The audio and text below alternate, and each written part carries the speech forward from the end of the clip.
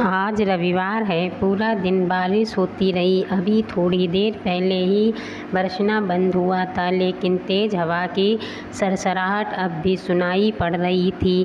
गीली सड़क पर लाइट फीकी फीकी सी लग रही थी। किरण बंद खिड़की के सामने खोई खोई खड़ी थी और शीशे के बाहर देखते हुए राहुल के बारे में सोच रही थी। पता नहीं वह इस मौसम में कहाँ है। बड़ा खामोश, बड़ा दिलकश माहौल था। एक ताजगी थी मौसम में, लेकिन मौसम की सारी सुंदरता, आसपास की सारी रंगीनियाँ दिल के मौसम में बंधी होती हैं। और उस समय किरण के दिल का मौसम ठीक नहीं था। विशाल टीवी पर कभी गाने सुन रहा था तो कभी न्यूज़। वह आराम के मूड में था। छुट्टी थी, निश्चिंत था। उसने आवाज़ दी, किरण क्या सोच रही हो खड़े खड़े? आज रविवार है। पूरा दिन बारिश होती रही। अभी थोड़ी देर पहले ही बरसना बंद हुआ था, लेकिन तेज़ हवा की सरसराहट अब भी सुनाई पड़ रही थी। गीली सड़क पर लाइट फीकी फीकी सी लग रही थी।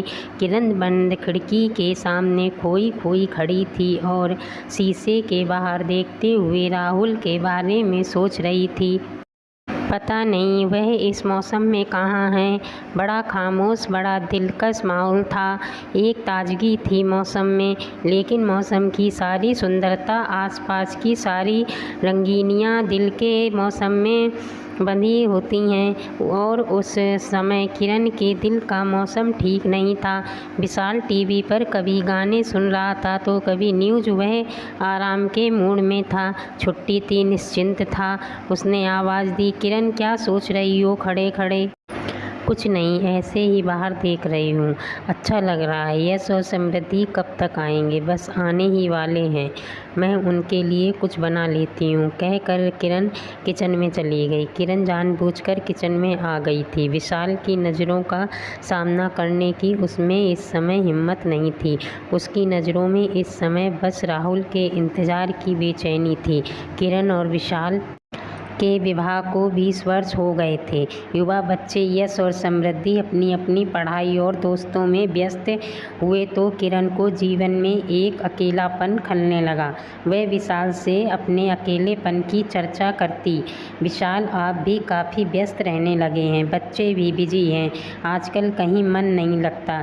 शरीर घर बाहर के सारे कर्तव्यों तो निभाता चलता है, लेकिन मन में एक अजीब वीराना सा भरता जा रहा है। क्या करूं? विशाल समझाता है, समझ रहा हूँ तुम्हारी बात, लेकिन पद के साथ साथ जिम्मेदारियाँ भी तो बढ़ती जा रही हैं। तुम भी किसी शौक़ में अपना मन लगाओ ना। मुझे बहुत अकेलापन महसूस होता है। मन करता है कोई मेरी बात सुने, मेरे साथ कुछ समय बिताए। तुम तीनों तो अपनी दुनिया में ही खोए रहते हो। इसमें अकेलेपन की क्या बात है? ये तो तुम्हारे हाथ में है। तुम अपनी सोच को जैसे मर्जी जिधर ले जाओ। अकेलापन तो देखो कहाँ नहीं है।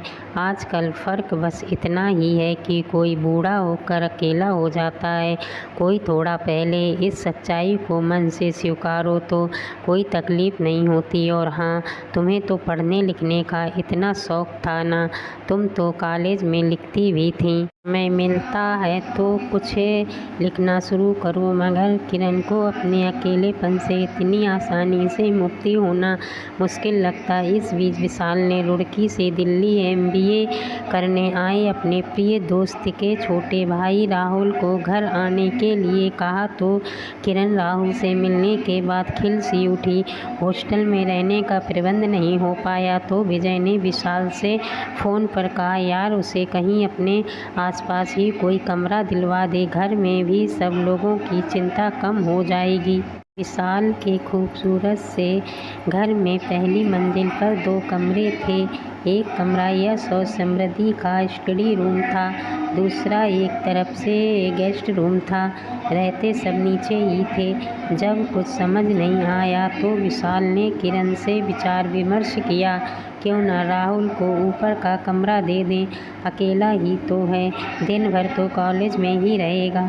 किरण को कोई आपत्ति नहीं थी, अतः विशाल ने विजय को अपना विचार बताया और कहा, घर की बात है, खाना भी यहीं खा लिया करेगा, यहीं आराम से रह लेगा। विजय ने आभार व्यक्त करते हुए कहा, ठीक है, उसे पेइंग गेस्ट की तरह रख लें।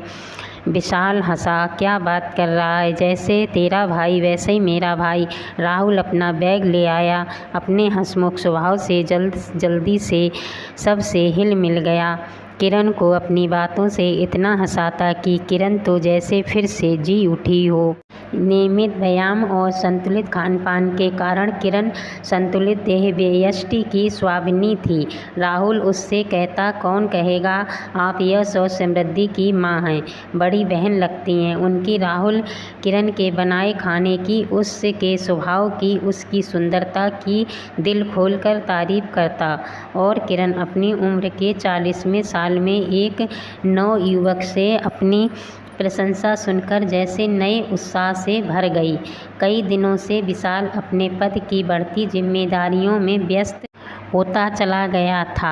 अब तो बस नाश्ते के समय विशाल हाँ हूँ करता हुआ जल्दी पेपर पर नज़र डालता और जाने के लिए बैग उठाता और चला जाता। रात को आता तो कभी न्यूज़, कभी लैपटॉप, तो कभी फ़ोन पर व्यस्त रहता। किरण उसके आगे पीछे घूमती रहती, इंतज़ार करती रहती कि कब विशाल कुछ रिलैक्स होकर उसकी बात सुनेगा। वह अपने मन की कई बातें उसके साथ बांटना चाहती थी, लेकिन किरण को लगता विशाल की जिम्मेदारियों का सिलसिला थमने का नाम ही नहीं ले रहा है। उसे लगता एक चतुर अधिकारी के मुखौटे के पीछे उसका प्रियतम कहीं छिप सा गया है। बच्चों का अपना रूटीन था, वे घर में होते भी तो भी अपने मोबाइल पर या टीवी में लगे रहते या फिर पढ़ाई में। वह बच्चों से बात करना भी चाहती तो अक्सर दोनों बच्चों का ध्यान अपने मोबाइल पर रहता। किरण उपेक्षित सी उठकर अपने काम में लग जाती और कब अकेले में वह राहुल के बारे में सोचने लगी। लेकिन कौन कब बिना कारण, बिना चेतावनी दिए इंसान के भीतर जगह पा जाता है, इसका आभास उस घटना के बाद ही होता है। किरण के साथ भी ऐसा ही हुआ। राहुल आया तो दिन ब दिन विशाल और बच्चों की बढ़ती जिम्मेदारी से मन के एक खाली कोने के भरे जाने की सी अनुभूति होने लगी। विशाल टूर पर रहता तो राहुल कॉलेज से आते ही कहता, भैया गए हुए हैं, आप बोर हो रही होंगी, आप चाहें तो बाहर घूमने चल सकते हैं, यश और समृद्धि को भी साथ ले चलिए। चलो हम दोनों ही चलते हैं, मैं गाड़ी निकालती हूँ। दोनों जाते, घूम फिर कर खाना खाकर ही आते। किरण राहुल को अपना पर्स कहीं निकालने नहीं देती। राहुल उसके जीवन में एक ताज़ा हवा का झोंका बनकर आया था। दोनों की दोस्ती का दायरा बढ़ता गया। वह अकेलेपन की खाई से निकलकर नई दोस्ती की अनुभूति के सागर में गोते लगाने लगी। अपनी उम्र को भूल कर किशोरियों की तरह दोगुने उत्साह से हर काम करने लगी। राहुल की हर बात व हर अदा उसे अच्छी लगती। कई दिनों से अकेलेपन के एहसास से चाहे अनचाहे अपने भीतर का खाली कोना गहराई से महसूस करती आ रही थी। अब उस जगह को राहुल के साथ ने भर दिया था। कोई भी काम करती राहुल का ध्यान आता रहता, उसका इंतज़ार रहता। वह लाख दिल को समझाती कि अब किसी और का ख्याल गुनाह है, लेकिन दिल क्या बातें समझ लेता है। नहीं, यह तो सिर्फ अपनी ही ज़बान समझता है, अपनी ही बोली जानता है। उसमें जो समा जाए वह ज़रा मुश्किल ही से निकलता है। अब तो ना चाहते हुए भी विशाल के साथ अंतरंग पलों से भी वह राहुल की चहकती आवाज़ से घिरने लगती। मन का दो दिशाओं में पूरे वेग से खींचना उसे तोड़ जाता। मन में उथल पुथल होने लगती। वह सोचती, यह बैठे बिठाए कौन सा रोग लगा बैठी, यह किशोरियों जैसी बेचैनी, हर आहट पर चौंकाना। कभी वे शीशे के सामने खड़ी होकर अपनी मनोदशा पर खुद ही हंस पड़ती। अचानक एक दिन राहुल कॉलेज से मुंह लटकाए आया। किरण ने खाने के लिए पूछा तो उसने मना कर दिया। वह चुपचाप ड्राइंग रूम में ही गुमसुम बैठा रहा। किरण ने बार बार पूछा तो उसने बताया, आज कॉलेज में मेरा मोबाइल खो गया है। यहाँ आते समय विजय भैया ने इतना महंगा मोबाइल लेकर दिया था। भैया अब गुस्सा होंगे। किरण चुपचाप सुनती रही, कुछ बोली नहीं। लेकिन अगले ही दिन उसने अपनी जमा पूंजी से 15,000 निकाल कर राहुल के हाथ पर ज़बरदस्ती रख दिए। राहुल मना करने लगा, लेकिन किरण के जोर देने पर रुपए रख लिए। कुछ महीने और बीत गए। विशाल भी फुर्सत मिलते ही राहुल के हालचाल पूछता। वैसे उसके पास समय ही नहीं रहता था। किरण को घर गृहस्थी पूरी तरह से सौंपकर अपने काम में लगा रहता था। किरण मन ही मन पूरी तरह राहुल की दोस्ती के रंग में डूबी हुई थी। पहले उसे विशाल में एक दोस्त नज़र आता था, अब उसे विशाल में एक दोस्त की झलक भी नहीं दिखाई देती। आज रविवार है। पूरा दिन बारिश होती रही। अभी थोड़ी देर पहले ही बरसना बंद हुआ था, लेकिन तेज़ हवा की सरसराहट अब भी सुनाई पड़ रही थी। गीली सड़क पर लाइट फीकी फीकी सी लग रही थी। किरण बंद खिड़की के सामने खोई खोई खड़ी थी और शीशे से बाहर देखते हुए राहुल के बारे में सोच रही थी। पता नहीं इस समय मौसम में कहाँ हैं। बड़ा खामोश, बड़ा दिलकश माहौल था। एक ताजगी थी मौसम में, लेकिन मौसम की सारी सुंदरता, आसपास की सारी रंगीनियाँ दिल के मौसम से बंधी होती हैं। और उस समय किरण के दिल का मौसम ठीक नहीं था। विशाल टीवी पर कभी गाने सुन रहा था तो कभी न्यूज़। वह आराम के मूड में था। छुट्टी थी, निश्चिंत था। उसने आवाज़ दी, किरण क्या सोच रही हो खड़े खड़े? कुछ नहीं, ऐसे ही बाहर देख रही हूँ। अच्छा लग रहा है। यश और समृद्धि कब तक आएंगे? बस आने ही वाले हैं। मैं उनके लिए कुछ बना लेती हूँ, कहकर किरण किचन में चली गई। किरण जानबूझकर किचन में आ गई थी। विशाल की नज़रों का सामना करने की उसमें इस समय हिम्मत नहीं थी। उसकी नज़रों में इस समय बस राहुल के इंतज़ार की बेचैनी थी। किरण और विशाल के विवाह को 20 वर्ष हो गए थे। युवा बच्चे यश और समृद्धि अपनी अपनी पढ़ाई और दोस्तों में व्यस्त हुए तो किरण को जीवन में एक अकेलापन खलने लगा। वह विशाल से अपने अकेलेपन की चर्चा करती। विशाल, आप भी काफ़ी व्यस्त रहने लगे हैं, बच्चे भी बिजी हैं, आजकल कहीं मन नहीं लगता। शरीर घर बाहर के सारे कर्तव्यों तो निभाता चलता है, लेकिन मन में एक अजीब वीराना सा भरता जा रहा है। क्या करूं? विशाल समझाता है, समझ रहा हूँ तुम्हारी बात, लेकिन पद के साथ साथ जिम्मेदारियाँ भी तो बढ़ती जा रही हैं। तुम भी किसी शौक़ में अपना मन लगाओ ना। मुझे बहुत अकेलापन महसूस होता है। मन करता है कोई मेरी बात सुने, मेरे साथ कुछ समय बिताए। तुम तीनों तो अपनी दुनिया में ही खोए रहते हो। इसमें अकेलेपन की क्या बात है? ये तो तुम्हारे हाथ में है। तुम अपनी सोच को जैसे मर्जी जिधर ले जाओ। अकेलापन तो देखो कहाँ नहीं है। आजकल फ़र्क बस इतना ही है कि कोई बूढ़ा होकर अकेला हो जाता है, कोई थोड़ा पहले। इस सच्चाई को मन से स्वीकारो तो कोई तकलीफ़ नहीं होती। और हाँ, तुम्हें तो पढ़ने लिखने का इतना शौक़ था ना, तुम तो कॉलेज में लिखती भी थी। समय मिलता है तो कुछ लिखना शुरू करो। मगर किरण को अपने अकेलेपन से इतनी आसानी से मुक्ति होना मुश्किल लगता। इस बीच विशाल ने रुड़की से दिल्ली MBA करने आए अपने प्रिय दोस्त के छोटे भाई राहुल को घर आने के लिए कहा तो किरण राहुल से मिलने के बाद खिल सी उठी। हॉस्टल में रहने का प्रबंध नहीं हो पाया तो विजय ने विशाल से फ़ोन पर कहा, यार उसे कहीं अपने आसपास ही कोई कमरा दिलवा दे, घर में भी सब लोगों की चिंता कम हो जाएगी। विशाल के खूबसूरत से घर में पहली मंजिल पर 2 कमरे थे।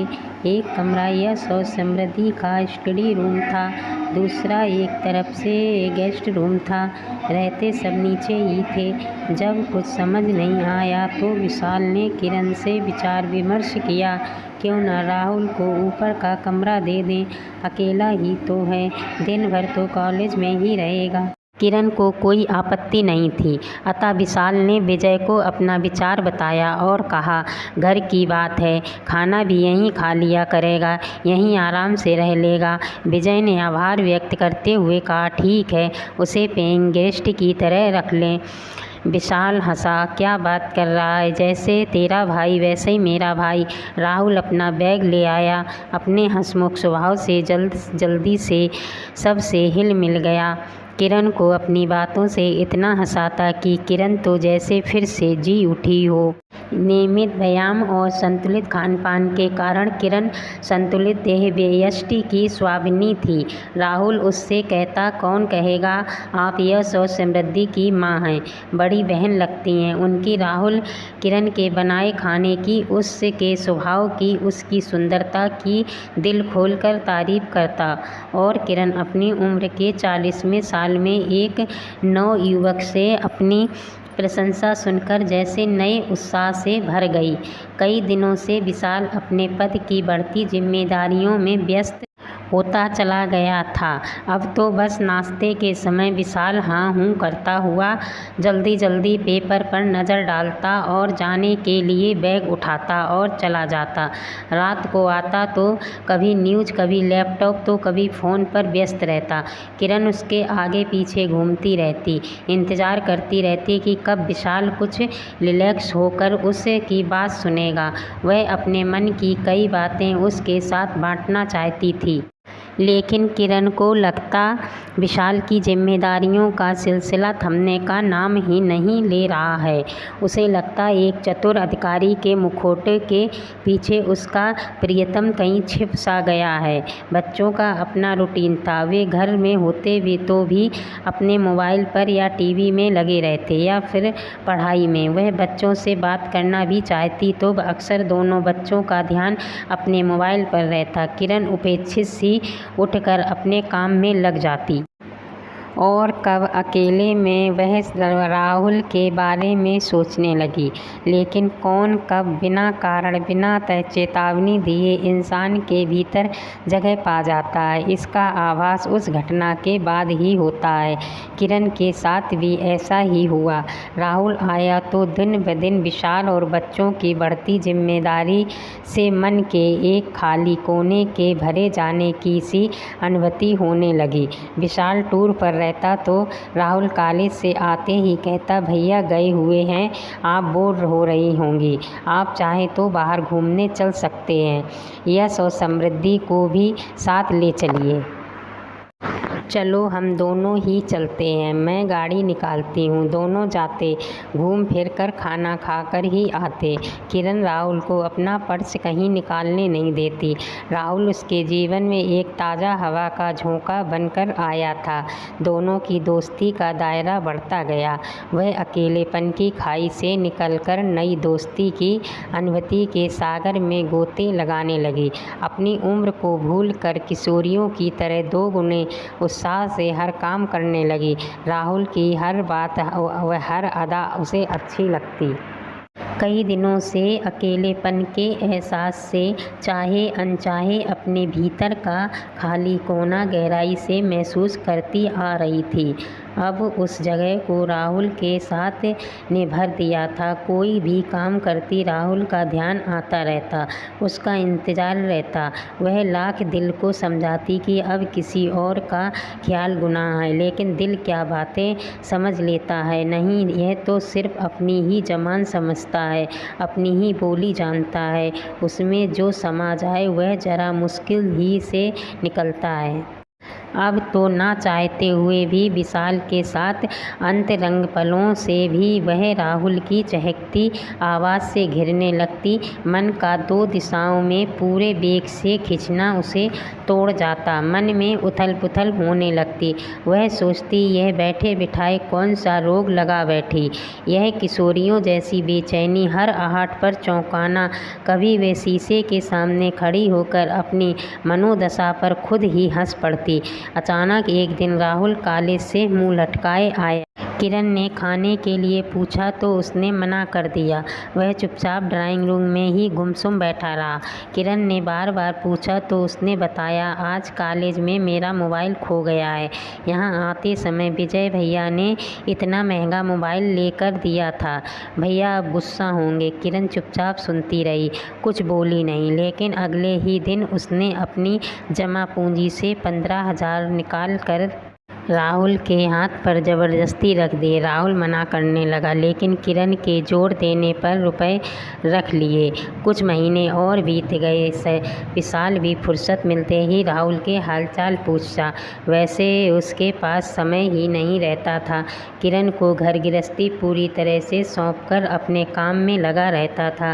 किरण मन ही मन पूरी तरह राहुल की दोस्ती के रंग में डूबी हुई थी।